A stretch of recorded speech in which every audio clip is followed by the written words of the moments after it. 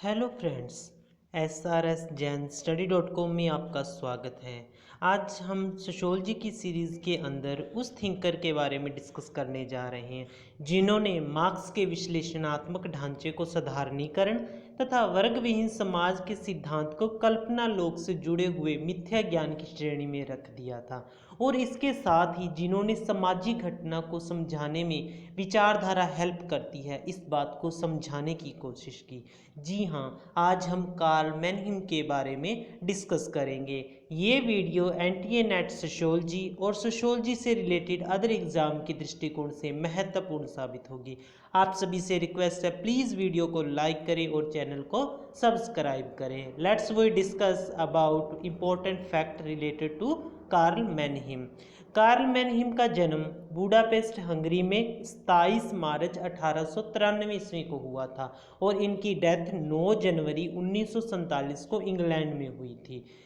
इन्होंने अपने अध्ययन काल के अंदर, जब ये बर्लिन यूनिवर्सिटी के अंदर थे 1912 और 13 में, तो ये जॉर्ज सीमेल के स्टूडेंट थे, जो एक सोशोलॉजिकल थिंकर हैं हमारे जॉर्ज सीमेल, उनके ये शिष्य रहे थे। उसके बाद सन 1918 में मैनहिम बुडापेस्ट के बौद्धिक संगठन, जो मैनहिम बुडापेस्ट के अंदर बौद्धिक संगठन था, इंटेलेक्चुअल जो इंस्टीट्यूशन था, एक सोसाइटी फॉर सोशल साइंसेज, उसके इफेक्ट में आए, ये प्रभाव में आए। मैनहिम के ऊपर वेबर के विचारों का भी बहुत ज़्यादा इफेक्ट था, ये वेबर से भी बहुत ज़्यादा इन्फ्लुएंस थे। उसके साथ मैनहिम ने सन 1917 में कुछ युवा बौद्धिक विचारकों के संयोग से, मतलब उस टाइम के इंटेलेक्चुअल कुछ विचारक जो थे, उनके संयोग से इन्होंने फ्री स्कूल ऑफ ह्यूमैनिटीज़ की स्थापना की।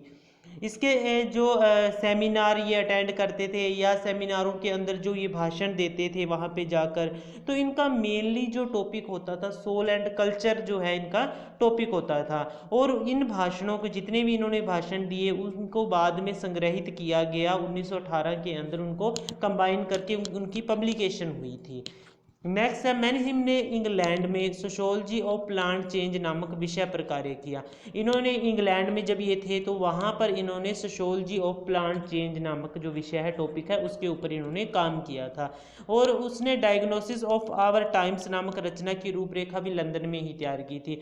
और जो इनका मेन जो एक टॉपिक है डायग्नोसिस ऑफ आवर टाइम्स, उसके ऊपर इन्होंने मेनली जो रो हम कहते भी ढांचा, एक स्ट्रक्चर बनाया था, ये इंग्लैंड के अंदर ही इन्होंने इसके ऊपर भी काम करना स्टार्ट कर दिया था। कंजर्वेटिव थॉट जो 1925 में प्रकाशित हुई थी, इनकी एक महत्वपूर्ण रचना है। फ्रैंकफर्ट विश्वविद्यालय जर्मनी में उसने अपनी महत्वपूर्ण कृति, इनकी सबसे फेमस कृति जो है आइडियोलॉजी एंड यूटोपिया की रचना इन्होंने जर्मनी में की थी, और फ्रैंकफर्ट जो विश्वविद्यालय है, यूनिवर्सिटी, वहाँ पर। इसमें इन्होंने ज्ञान का समाजशास्त्र, जो इनकी मेन जो इनका कंसेप्ट है सोशियोलॉजी ऑफ नॉलेज, इस बुक के अंदर ही इसके बारे में सब कुछ लिखा हुआ है। इंग्लैंड में इन्होंने प्रवास के दौरान, जब ये इंग्लैंड में रह रहे थी, तो मैनहिम ने योजना का समाजशास्त्र और पुनर्निर्माण का समाजशास्त्र, जो नवीन धारणाएं थी उस टाइम की, मॉडर्न जो कॉन्सेप्ट थे, इन्होंने मतलब प्रस्तुत किए थे, उनका सूत्रपात किया था। उसके बाद में मैनहिम की जो पब्लिकेशंस है सोशियोलॉजी के अंदर, मेन जो है, फर्स्ट जो है स्ट्रक्चर ऑफ थिंकिंग, ये 1922-24 के अंदर पब्लिश हुई थी। उसके बाद में इनकी जो पब्लिकेशन है कंजर्वेटिव है contribution to the society of knowledge, ये 1925 ईस्वी के अंदर पब्लिश हुई थी। उसके बाद में इनकी मोस्ट इंपॉर्टेंट, मोस्ट जो पॉपुलर बुक है आइडियोलॉजी एंड यूटोपिया, जो 1929 ईस्वी के अंदर पब्लिश हुई थी। हाँ, इसके अंदर एक इफेक्ट आपको जो है इंपॉर्टेंट फैक्ट बताने वाला, यूटोपिया जो शब्द है, इस बुक का इन्होंने नाम दिया था आइडियोलॉजी एंड यूटोपिया। जो यूटोपिया शब्द है, इसका सबसे पहले जो प्रयोग किया था टॉमस मूरे ने किया था, और 1916 ईस्वी के अंदर उनकी ये बुक जो है पब्लिश हुई थी, ये आप लिख लो। ओके, उसके बाद में है सोसाइटी एंड पॉलिटिकल एजुकेशन, ये बुक इनकी 1930 ईस्वी के अंदर पब्लिश हुई थी। उसके बाद इनकी बुक है man and society in an age of reconstruction, ये बुक 1935 ईस्वी के अंदर पब्लिश हुई थी। उसके बाद इनकी बुक है फ्रॉम कार्ल मैनहिम, ये बुक 1933 ईस्वी के अंदर पब्लिश हुई थी। उसके बाद जो इनके कंसेप्ट हैं उसके अंदर फर्स्ट जो है सोशियोलॉजी ऑफ नॉलेज, इसके अंदर ये क्या कहते हैं इसके बारे में हम देखेंगे। सोशियोलॉजी ऑफ जो है सोशियोलॉजी ऑफ नॉलेज, ये इनकी सबसे मतलब इम्पोर्टेंट, हम कहते हैं सबसे इम्पोर्टेंट जो कंसेप्ट है और इससे रिलेटेड क्वेश्चन पेपर में 100% आता है। मैनीम के अनुसार विचार हमारे जीवन की संरचनाओं में अंतर्भूत है। इस कंसेप्ट के अंदर ये थॉट्स की बात करते हैं और ये कहते हैं जो थॉट्स हैं वो हमारे स्ट्रक्चर के अंतर्भूत, मतलब जो भी स्ट्रक्चर है, जो भी ढांचा है, जो भी हम काम करते हैं, जो भी हम सोचते हैं, और ये संसार है पूरा का पूरा विचारों के ऊपर चलता है, थॉट्स के ऊपर चलता है, ये इनका मानना था। विचार करना एक क्रिया है, ये कहते हैं जो विचार करते हैं वो एक एक्शन है और समूह जीवन को वो प्रभावित करता है। जो विचार होते हैं वो उससे ही हमारा मतलब कहते भी पूरे का पूरा जो जीवन है वो इफेक्टिव होता है। और जो विचार होते हैं वो सामाजिक क्रियाओं से जुड़े हुए होते हैं, मतलब जैसे हम समाज के अंदर घूमते हैं फिरते हैं, समाज के साथ जैसे रिएक्ट करते हैं, वैसे ही विचार हमारे दिमाग के अंदर चलते हैं। जैसा हम देखते हैं वैसा ही विचार या वैसे ही थॉट्स हमारे दिमाग के अंदर प्रोसेस होते हैं। इसलिए इसका विश्लेषण समूह के संदर्भ, इन्होंने कहा जो भी मतलब स्टडी करनी है विचारों की, एक ग्रुप के तौर पे की जानी चाहिए, किसी एक इंडिविजुअल के तौर पर हम सोसाइटी की स्टडी नहीं कर सकते। इन्होंने ग्रुप की बात की है, मतलब पूरे ग्रुप की स्टडी की जानी चाहिए। उसके बाद मैनहिम के अनुसार ज्ञान का समाजशास्त्र ज्ञान और उसके अस्तित्व के पारस्परिक संबंधों का विश्लेषण करने से संबंधित है। अब ये कहते हैं जो ज्ञान का समाजशास्त्र, इन्होंने कंसेप्ट दिया सोशियोलॉजी ऑफ नॉलेज, उसके अंदर ये कहते हैं भी जो नॉलेज है और नॉलेज का जो अस्तित्व है, एग्जिस्टेंस है नॉलेज की, उन दोनों के बीच में जो संबंध है, उसके अस्तित्व में और नॉलेज के बीच में जो संबंध है उसका जो विश्लेषण किया जाता है उससे ही संबंधित है इनका जो ये पूरे का पूरा जो कंसेप्ट है सोशियोलॉजी ऑफ नॉलेज। उसके बाद मैनहिम के विचार में ज्ञान का समाजशास्त्र समाजशास्त्र की सबसे नवीन शाखा है, मतलब उस टाइम में ये सबसे नवीन मतलब मॉडर्न कंसेप्ट था। सोशियोलॉजी ऑफ नॉलेज जो इन्होंने कंसेप्ट दिया था वो सिद्धांत में ये ज्ञान और व्यक्तित्व के अंतर संबंधों का विश्लेषण भी करते हैं और उसके साथ ही ये यहाँ पर जो ज्ञान है और एक इंडिविजुअल है उनके बीच में क्या रिलेशनशिप पाया जाता है इसकी स्टडी भी करते हैं। ऐतिहासिक समाजशास्त्र शोध योजना के रूप में यह उन स्वरूपों का पता लगाने का प्रयत्न करता है जो मानव समाज के बौद्धिक विकास में अंतर्भूत है और इसके साथ ही जो हिस्टोरिकल सोशोलॉजिकल जो मेथड्स है उनका भी यूज किया जाता है इसके अंदर, ताकि जो समाज की जो बौद्धिक विकास है वो किस प्रकार हो रहा है, वो कैसे संबंधित है, इस चीज़ का पता लगाया जा सके। उसके बाद मैनहिम ने जो अपना ये कंसेप्ट दिया सोशियोलॉजी ऑफ नॉलेज, इसके इन्होंने दो आधार बताए हैं। कहते हैं इन दो आधार के ऊपर ये पूरे का पूरा कंसेप्ट खड़ा है। इसके अंदर ये फर्स्ट जो बोलते हैं, ये कहते हैं इस सिद्धांत की सैद्धांतिक व्याख्या है। ये जो सिद्धांत है एक सैद्धांतिक व्याख्या है, ये थ्योरेटिकल है, ये थ्योरी है। इसके अंदर ऐतिहासिक समाजशास्त्रीय पद्धति है और इसके अंदर ही जो हिस्टोरिकल सोशोलॉजिकल मेथोडोलॉजी है उसका यूज भी इसके अंदर हुआ है। उसके बाद मैनहिम के अनुसार ज्ञान की क्रिया का कोई ना कोई आधार अवश्य होता है। इनका कहना है जो ज्ञान है, ज्ञान की क्रिया है, उसका कोई ना कोई बेस तो होता ही है। विचार करने के लिए सामाजिक दशाओं का होना आवश्यक है और जो भी थॉट्स है उसको प्रोसेस करने के लिए मतलब समाज से रिलेटेड डायरेक्शंस जो है जरूर होनी चाहिए। इन सामाजिक दशाओं का बौद्धिक दशाओं पर प्रभाव पड़ता है और जो सामाजिक दशाएं हैं उनका ही जो इंटेलेक्चुअल दिशाएं हैं उनके ऊपर इफेक्ट पड़ता है। ज्ञान का समाजशास्त्र इसलिए इन प्रमाणों के अध्ययन से संबंधित है और इन प्रमाणों की ये स्टडी करता है भी कैसे जो विचार हमारे समाज से रिलेटेड है, कैसे बुद्धि से रिलेटेड है, कैसे इंटेलेक्चुअल मतलब ये रिलेटेड, इन प्रमाणों का अध्ययन किया जाता है सोशियोलॉजी ऑफ नॉलेज के अंदर। उसके मैनहिम के अनुसार सामाजिक और सांस्कृतिक परिस्थितियां विचारक के प्रत्यक्षीकरण, अवलोकन, अर्थबोध, दृष्टिकोण, विचार और विचार सारणी को प्रभावित करती हैं।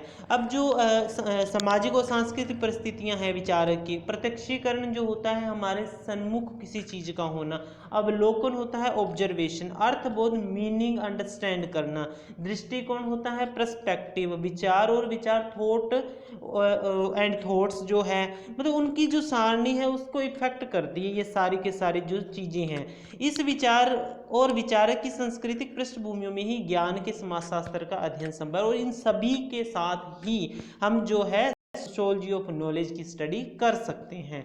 उसके बाद में इनके जो शोध निबंध प्रकाशित हुए उनके अंदर मेन जो टॉपिक्स थे वो है, फर्स्ट जो है उदारवादी विचार, जो इनके लिबरलाइजेशन थॉट, जो लिबरलाइजेशन से रिलेटेड थॉट से पीढ़ियों की समस्याएं, जनरेशन्स की जो प्रॉब्लम्स थी।